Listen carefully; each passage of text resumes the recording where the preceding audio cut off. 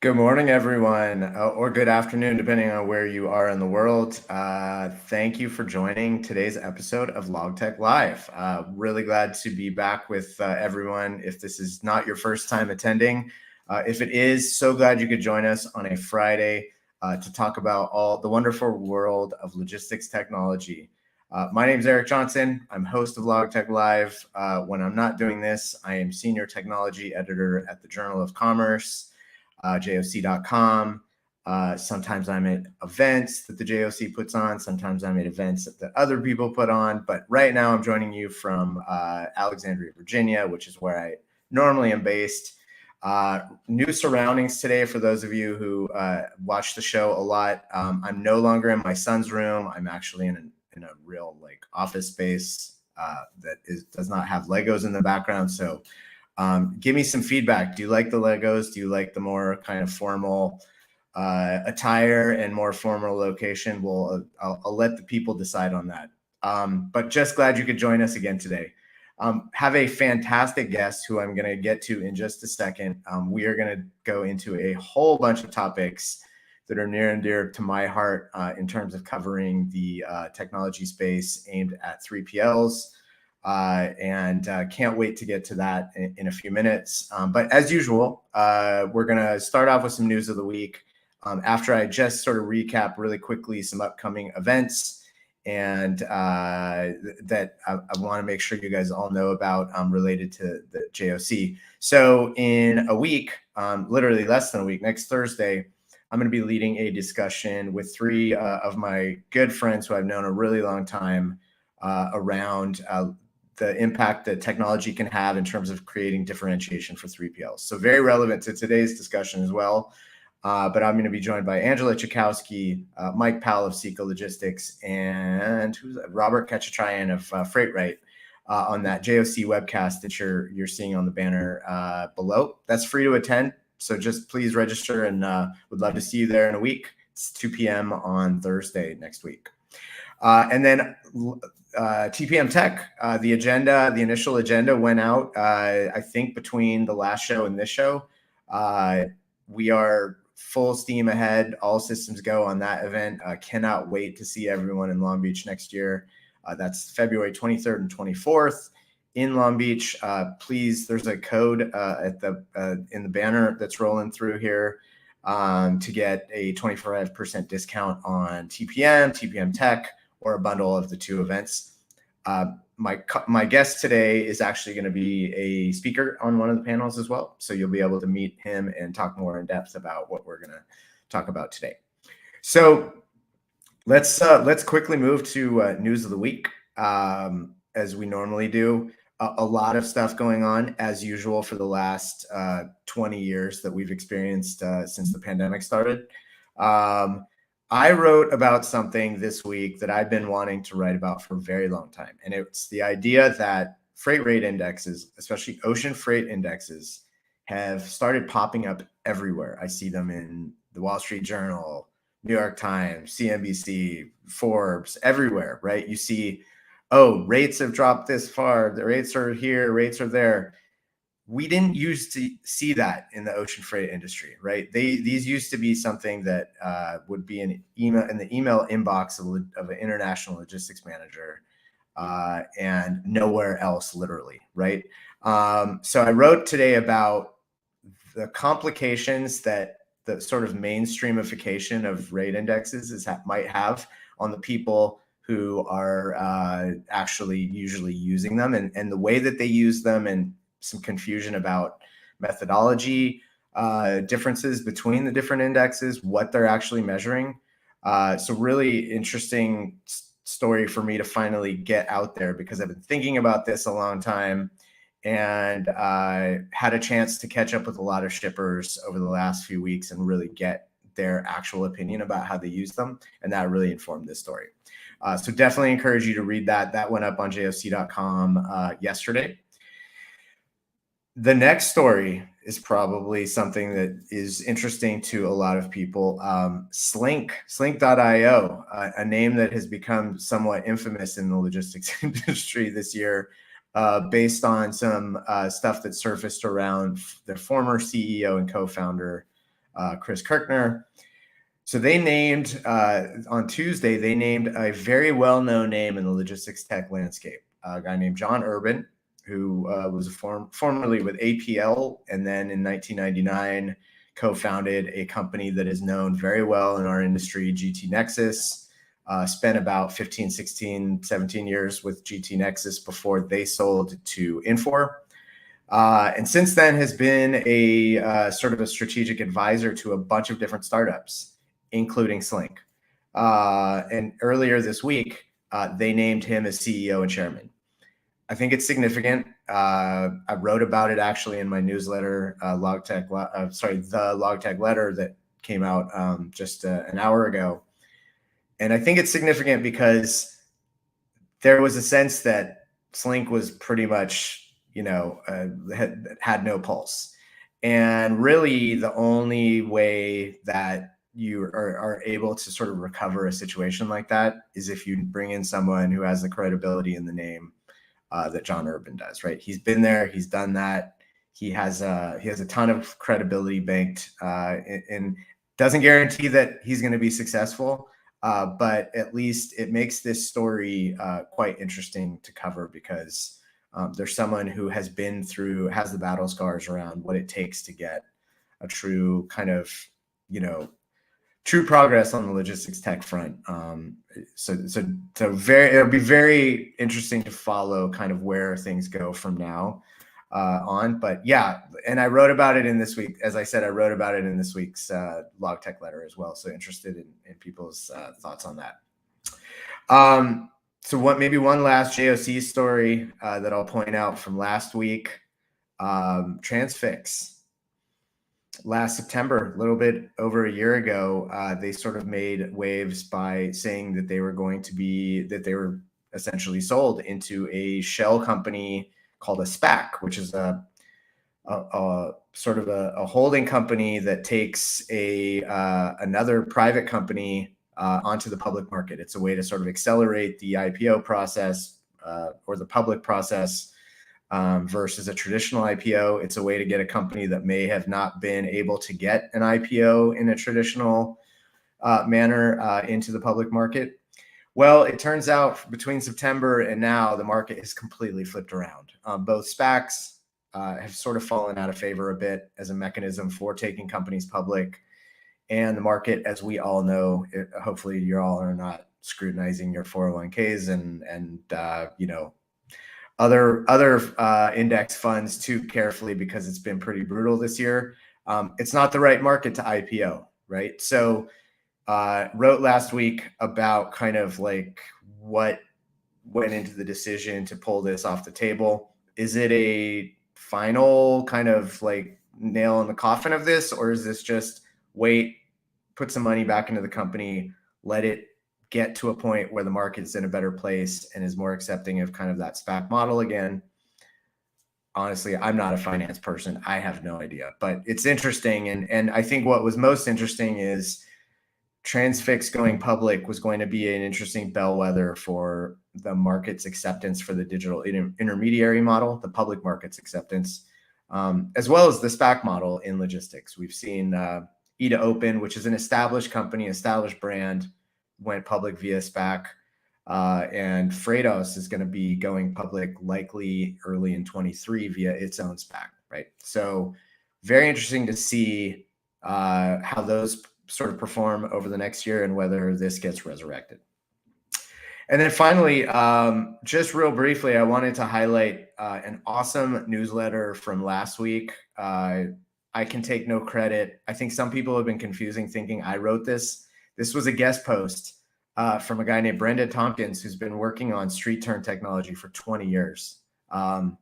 And really fascinating kind of run through like what has held back that technology or that concept from getting greater traction in the container shipping industry. And so definitely encourage you to read last week's. I posted an update midweek this week with his sort of follow-up about what the benefits to various stakeholders would be if we can get it right. I'll have a third post about where he thinks an actual solution now might lie in due time. But definitely encourage you to read this. This is one of the better things I think we've ever posted on the Log Tech letter, because it's actually someone who knows what they're talking about as opposed to me. So definitely encourage you to read that, as well as the one that I just put out this morning. So with no further ado, I'm really excited to bring on our guest this week, Robert Petti, who is CEO of a company called Prompt, which I will let him describe in a little bit more detail in case you have not heard of them before. Rob, really happy you could join us today. So glad to have you on the show. Thanks for having me, Eric, and I do like the new office location. Thanks. So that's one vote. That's one vote. I don't know. We'll see how many votes come in. It might be a 1-0 situation that your vote takes That's okay. precedence. So, I'm okay with that. all right, cool. So Rob and I decided we're talking about serious stuff today. So, even though we're on Zoom, we decided to wear coats, look like, adults. So hopefully that it sets the tone for a good conversation here. Rob, let's start maybe with your background and sort of how and Sure. why you started Prompt. Sure, happily. First off, thanks for having me, Eric. I've been in logistics for 13 years, and the way I've really learned over time is there's two ways to get into logistics. You're either born into it or you fall into it and you never leave. And I'm very much in the latter camp. So when I graduated college, I actually spent a year working in finance as a day trader. And we actually used to trade something called the Baltic Dry Bulk Index as one of our indicators. So people did actually look at this stuff 10 or 15 years ago. But yeah, that was something I was very, very bad at, and ended up falling into a warehouse and trucking company, doing a bit of an audit, and then ended up taking over the driver payroll for the company. And then that turned into doing analytics for them and just understanding process improvement. From there, I moved over to Toll Global Forwarding, did something similar, managing US analytics and then working on global analytics platforms for them. And then 2015, when my contract ended, I kind of just looked back at what I was doing. And I was like, how come the big companies can afford to spend the money on an outside consultant doing something like this? Why can't a 50-person freight forwarder have a BI tool? And so I started building my first company, which was called Lading, back in 2015. And the idea was basically to democratize software for smaller logistics companies. This was pre-logtech being cool. This was, if I told somebody at a party that I worked in logistics, they thought I was a truck driver. So it's a very different world to where we are now. But it gave me a lot of opportunity to learn and to fail. So Lading in its first iteration as a SaaS platform sitting on top of CargoWise failed miserably. However, in my conversations with the freight forwarders who were using CargoWise, I learned a whole lot about what their actual problems were. And a lot of it was just data and system improvement. So we pivoted and we became CargoWise service partners back in 2016-ish.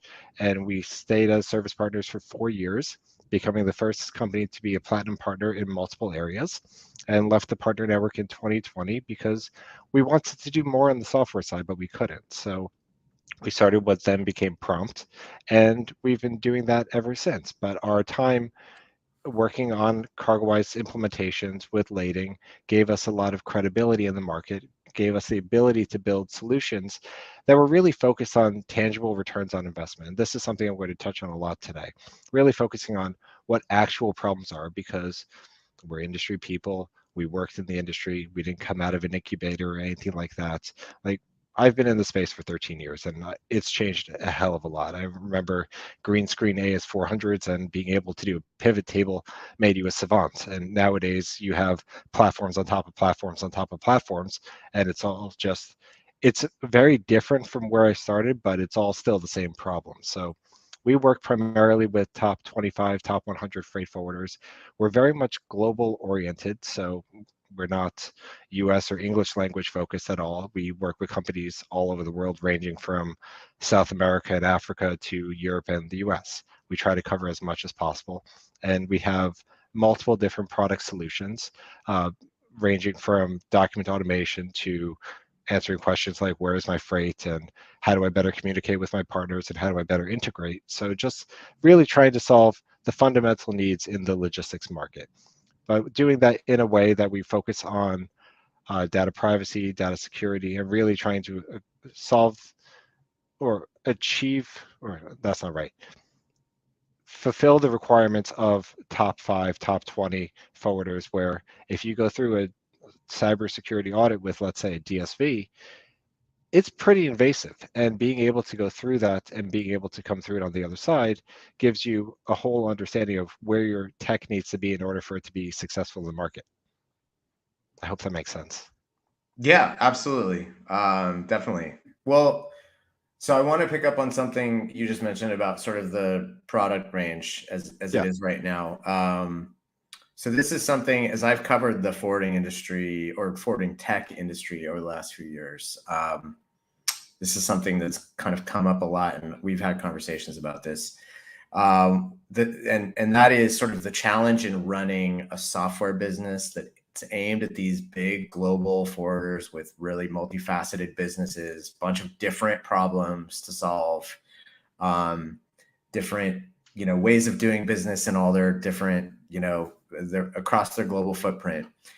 But you, as a software company, you need to focus kind of on scale, right? You can't be doing a different single thing for every single customer, or else you're a consulting company, right? So how do you sort of like manage the unique challenges that each customer has?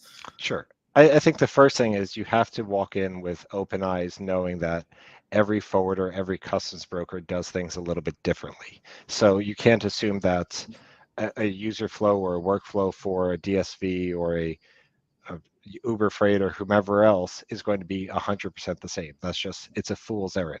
So what we do is we really focus on building our software in a way where it's as modular and as flexible as possible. And that allows us to have 80%, 90% of what's needed in place from a software perspective.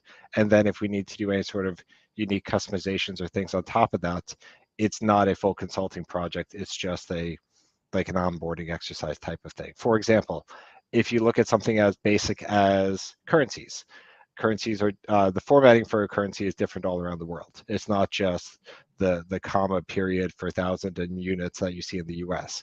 It might be the opposite in some places. You might have multiple decimal points, all these other things. That can't necessarily be done on a totally macro level and shouldn't be done on a individual level for each company. We just have it built into our software. We really want to make it as easy as possible to have somebody once they're using us to expand into different parts of the business. So because of that, we focus on being a layer on top of the FMS, TMS, WMS world rather than trying to compete with them. So you can take your CargoWise, Manhattan, and some other system and just have us plugging into all these things or a proprietary system and not really have to change anything with regards to your underlying systems itself. And especially because I mean we're seeing that we're at a bit of a rotation from everything platforms to more best in breed. We're seeing a lot of attrition, no matter what the platforms are saying. There are people leaving everybody right now and either going to different solutions, homemade solutions, whatever it is. And being able to have somebody know that our productivity, our visibility, our connectivity, whatever it is, can go with us to Magaya when we leave X company and have that peace of mind and have the ability to continue using without having to do any sort of retraining is very useful. Yeah, I mean, I have lost track of the number of solutions that have come on the market just in the last 5 to 10 years when I've been really focusing on forwarding tech. I think when I first started writing about, which almost overlaps with I think around 2010 is when I started focusing on tech in our space, and it was basically rate management, contract management a little bit. It was obviously visibility. I'm struggling to think of any other kind of software besides a TM, the big TMS players that was even out there for forwarders to use, right? I mean, it really wasn't much else out there. So, and now there's all these different little niches that people are targeting. Exactly, and they're all decentralized, and it's a matter of getting all the information into one location, making it actionable, and then being able to drive improvement for everybody. Because the reality is, even if you have, let's say, a visibility platform on top of a CargoWise, if you have your customer going to one platform for forwarding, one platform for trucking information, and one platform for, I don't know, European related stuff, which is on a whole separate TMS. That's not a great experience. And you're also not able to see what's happening across your entire business, which as we get to the end of this boom cycle in the forwarding and logistics sector, and as margins start to compress a bit more, it's going to be more important to be on top of how you're spending money. And I wrote a story about this a few weeks back about it. It also minimizes the forwarder sales opportunities if all their systems are set up in that way, right?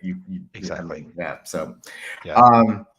So you said in your intro that you sort of started off in the trading world, and I know you, as someone who focuses on technology, is looking at other industries and sort of technology advancement or evolutions in those spaces. Where do you think the forwarding industry can kind of evolve from a technology standpoint in terms of picking up on things that other industries have learned and advanced from, and also what are those other industries that the forwarding world can sort of expand into adjacencies essentially through tech?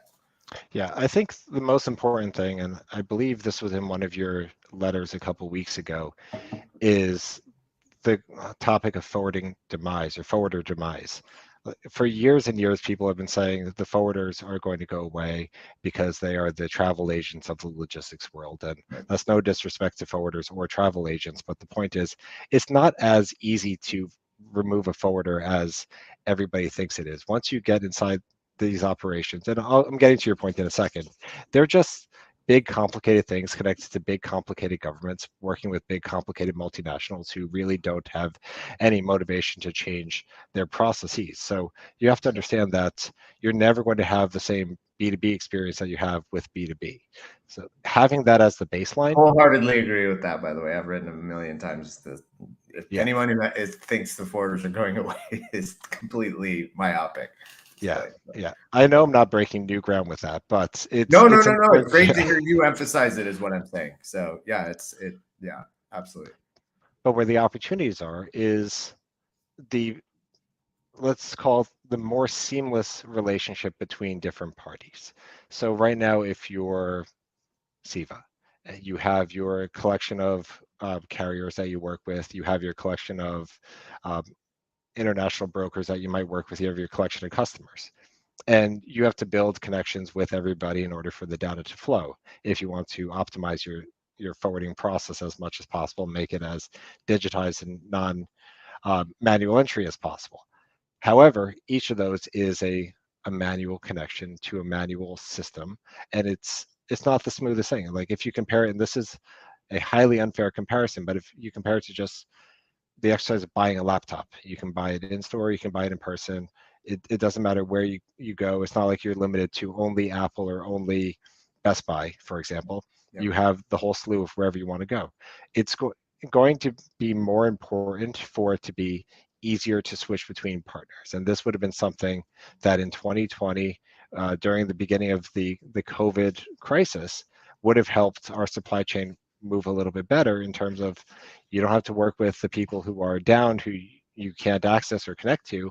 You can instead go to somebody else in a different location. And it's a bigger thing. It's not just forwarding, it's also tying into manufacturing and everything else. But the transferability and the ability to switch out pieces is going to be more and more important as our supply chain gets more and more complicated over time. And that'll take us to more and more of a B2C looking output. I think one thing we need to also talk about is, as much as B2B in the space or logistics has been lacking of compared to B2C, like for example, 2-3 years ago, if you were to track a package via FedEx or the A word, I won't say their name to offend anybody here, but the idea effectively was you could see every status update as you went. And in the forwarding space, you were lucky to get a couple. And so people threw a lot of money into forwarding visibility and understanding what's happening in different places. But I think we've also gone a little bit too far. Like, you don't see when you're getting a FedEx package delivered where the truck is and what streets when it's driving to you to drop off the package. But for some reason, we have this desire to show a ship crossing the ocean sitting outside of Long Beach or Port Elizabeth Pier for days on end, and we think that that's actually helpful. Yeah. Similar, like when you make a payment via one of the payment providers, they break down the costs for whatever it is that you're paying for, the detention, the demurrage, whatever, and then they have their fee on top. When you go to buy a coffee, you don't see, okay, this is what the coffee shop is keeping, and this is what you're paying to Visa or to Stripe. So Yeah. it's just sometimes we go too far, and now the pendulum has to swing back to a more centralized area. I think the last thing on this topic that I really, and I'm kind of beating a dead horse at this point, is when you look at the adjacent industries, a lot more of the tools there are self-service. So when I was a CargoWise consultant, when you sign up for CargoWise, you had to pick a consultant who did your implementation. The reality is when you sign up for QuickBooks, you don't have to hire a QuickBooks consultant. And at some point, things like that are going to go away. Yeah, it's a great point.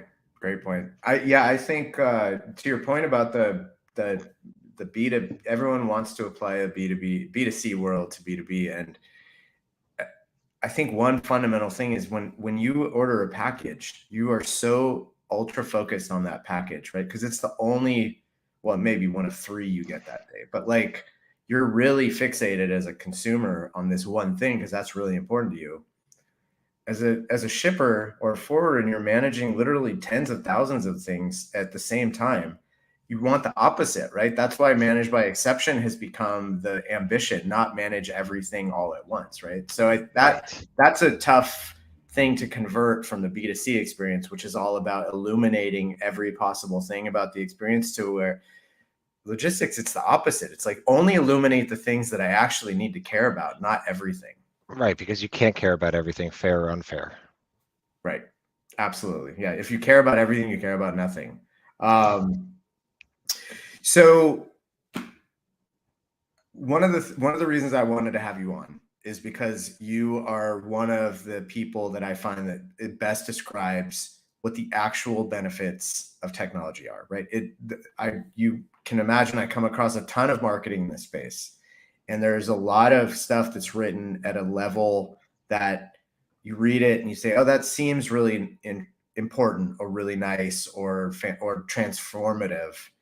But on the ground, you find that it's actually not. So can we just dive into like how you view this and what the conversations you have with your customers are around what they should expect from technology in an actual like basis, not in a brochure. Yeah, so we focus a lot on the tangible return on investment I mentioned earlier. And this is really, really central and important to us. So like when we use our Automate solution, which does document automation, we actually start with a proof of concept with a company. We tell them, okay, this is what we're doing. They tell us, okay, this is the net impact of what you're doing on our business. And they come up with a return on investment score for how much our software is actually going to save them money or increase their efficiency or whatever the metric is. And from that, we can then model out exactly how the software is going to operate within their business and show exactly what they're getting for what they're spending, which is really, really cool. Like we had one proof of concept over the summer where the company finished it and they're like, we're going to pay for the software, pay back the cost of an annual license for the software in 2 weeks. And then everything else becomes gravy on top. And that makes it a very, very easy decision to go forward with something. So that tangibility is just super, super important. But it's also wrapping that in the uniqueness of every business. Like something, if we stick on the document automation side, a house bill, for example, can be automated in 4 or 5 different ways. It can like go into a system as a booking, it can go into a system as a shipment, it can go into a system knowing that you're attaching to an existing shipment of record in the system. And each of these has an entirely different flow, and being able to cater for that uniqueness will then allow you to just do more in terms of fitting it into your business process, business model, and everything else, and then allow you to increase adoption and everything else. I think where we're really seeing shortcomings in the market is this whole idea that something's just going to automatically work out of the box. There's minimal setup time, and then poof, it's just all going to be artificial intelligence, machine learning. And I think a lot of the truth is that companies are pushing things under the rug because it's more complicated. They might have issues related to certain things. And there's also just pressure from the venture capital side of things, if people are VC backed, which we're not, in order to just make it sound better so that you're selling the sizzle versus the steak. We're basic people. We try not to speak in jargon as much as we can. We try not to use abbreviations unless we really have to for some reason, or they're just globally known. And our idea is just to focus on, as we said before, the finding solutions to the problems versus trying to be just a massive hype machine. So let me get into let's expand on this a little bit, because I think there's been a lot of skepticism in the market around perception versus reality of benefit of technology, right? And some of it is related to, as I mentioned earlier, Transfix being on the domestic side, a digitally kind of powered intermediary. Obviously, on the forwarding side, we have a bunch of entrants who've raised a ton of money to sort of transform that. And I don't want to get into that specifically, but I think, and I've written, again, not to keep plugging my newsletter, but I've written about this a long time ago about marketing and mindshare of the industry kind of overtaking what is actually being done by companies that either don't have that mindset or don't have the resources to market in that way, but are actually doing really, progressive things in the shadows. So how, from a buyer perspective, how do you think they should balance like hearing about something happening a lot versus going out into the market and sort of exploring a market where they don't even know what's out there? Mm-hmm. Well, there's a couple ways.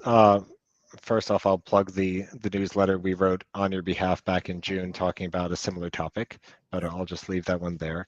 I think there's been a lot of companies that have done really great stuff in the shadows before either coming out or just staying there. I think the best one is WiseTech. WiseTech was not a marketing machine for years and years and years, basically until it went public. And you know what they did?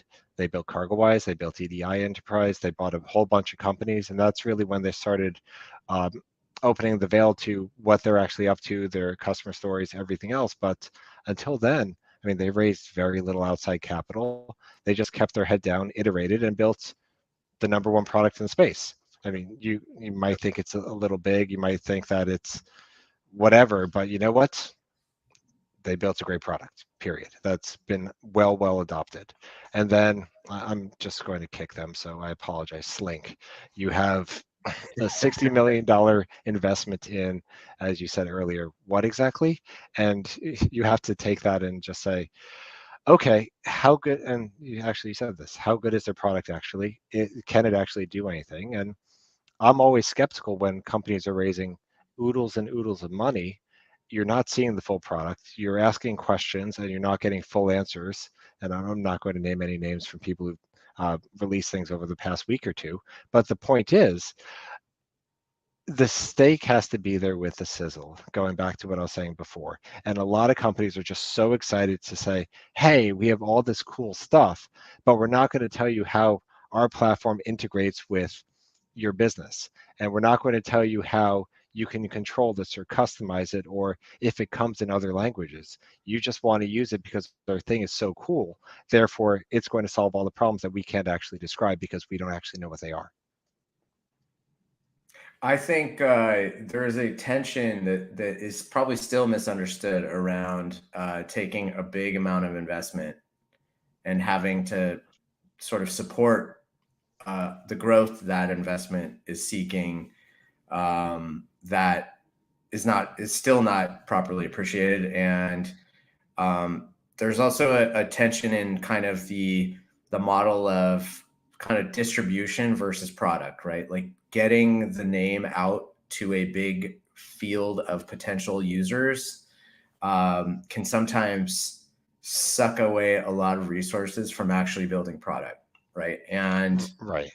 and from my experience, a lot of companies in your position and names that are not household names, they spend most of their time on product and most of their time with customers, to the detriment of sort of talking about themselves, because there is a tension between that. There's limited resources. Every company has limited resources.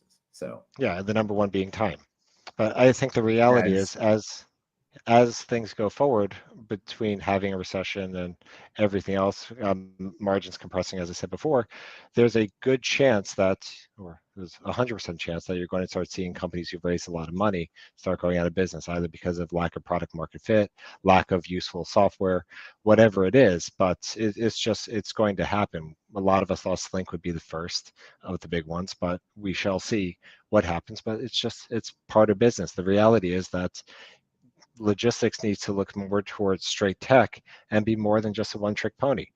Does Google just rely on search? Sure, they make most of their money there, but they have 100 different other things. The A word does everything and a half as well, yeah, and no pun intended there. And then you have TikTok, who's now getting into shopping. All these people are trying to diversify in order to shore up their foundation and be survivors. You have other companies that are effectively an FMC announcement away from going out of business. So it's kind of funny when going back to the adjacent thing. Uh, the log tech businesses, for the most part, are not shoring themselves up to diversify.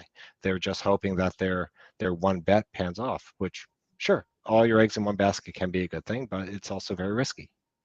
yeah, the burn the boat strategy, right? Well, let's maybe wrap up with kind of where you see the next stage of log tech going. From my vantage point, it's been a very interesting year because obviously the funding rounds sort of slowed. Not They haven't gone away completely, but they've slowed.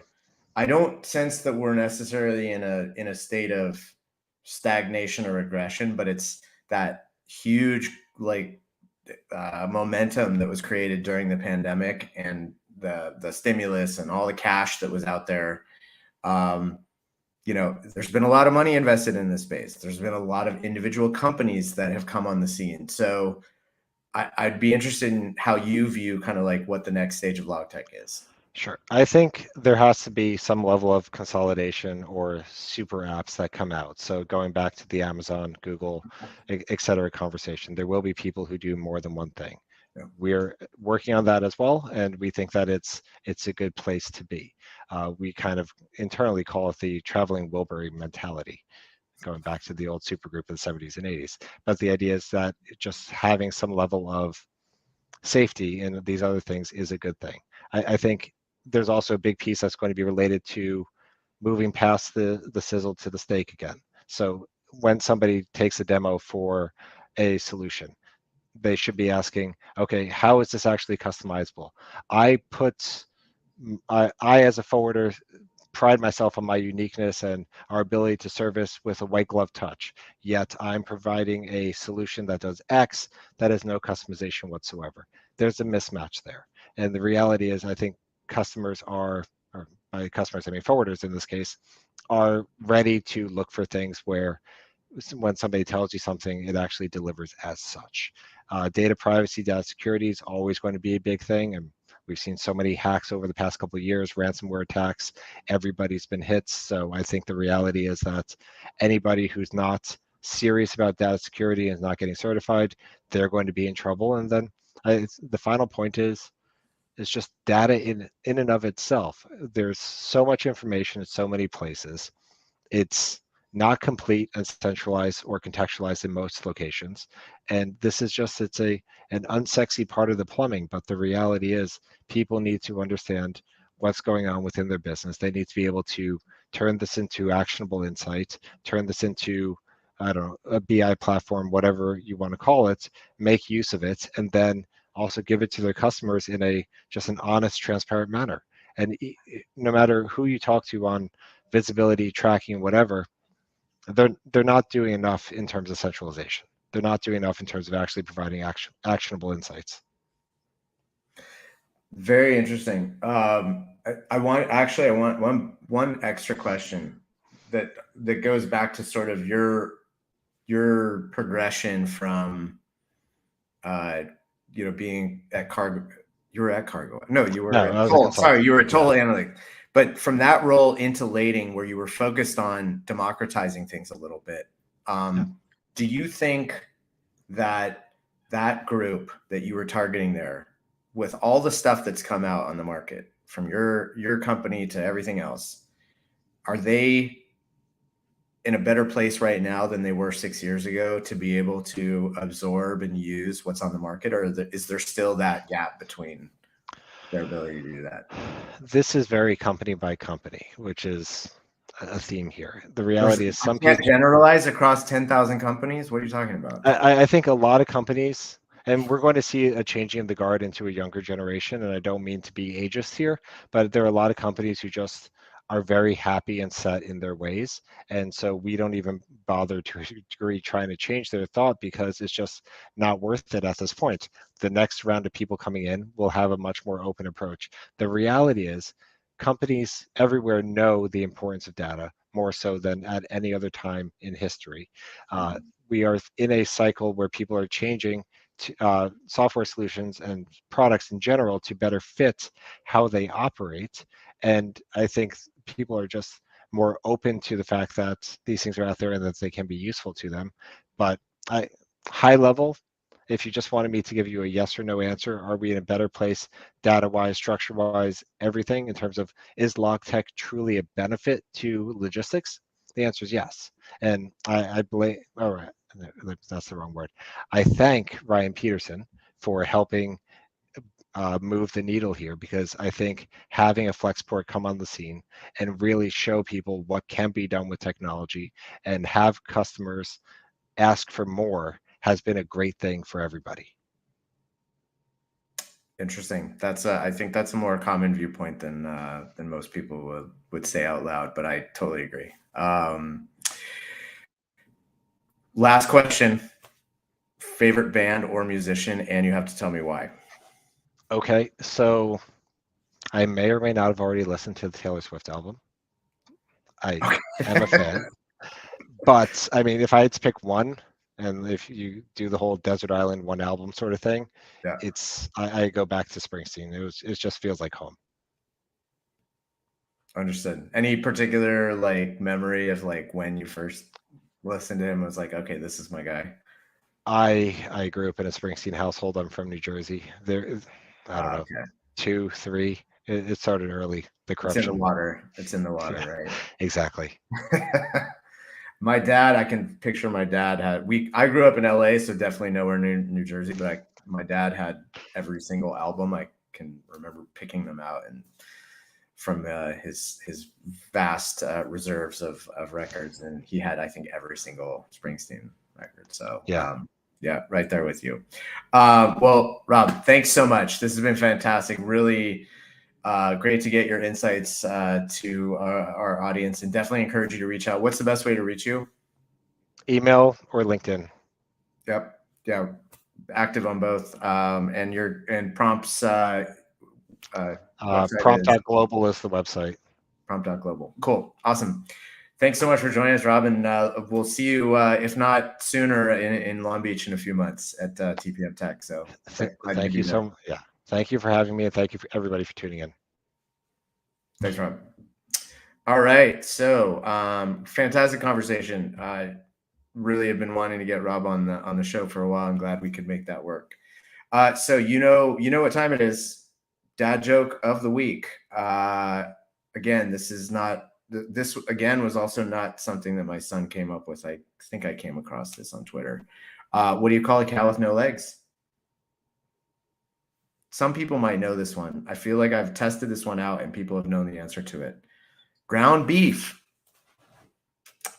Didn't not the best joke of all time, but it's getting cold out and my brain isn't thinking of the better jokes that I did over the summer. So also my son is slacking on the job. He hasn't given me one in like a month, so I need to crack the whip a little bit on getting him started on thinking up good dad jokes again. In any case, thank you all for tuning into another episode of LogTech Live. We'll be back in a couple of weeks, early November, with our next episode. The TPM Tech and TPM code for 25% off a pass to those two events is running in the batter again. Would be delighted to see you all there, where we're going to be discussing all of the things that we talk about in LogTech Live in more detail, and you actually get to meet and talk to the people in person, which makes it all the better.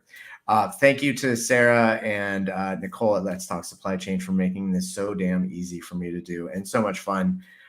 Really appreciate all of you tuning in every episode. It means the world to me. And we'll see you very soon. Have a great rest of your October. Happy Diwali to those who celebrate it. Happy Halloween to those who have to get dressed up in ridiculous costumes, including this guy. And we will see you soon. Have a great weekend, everyone. Bye.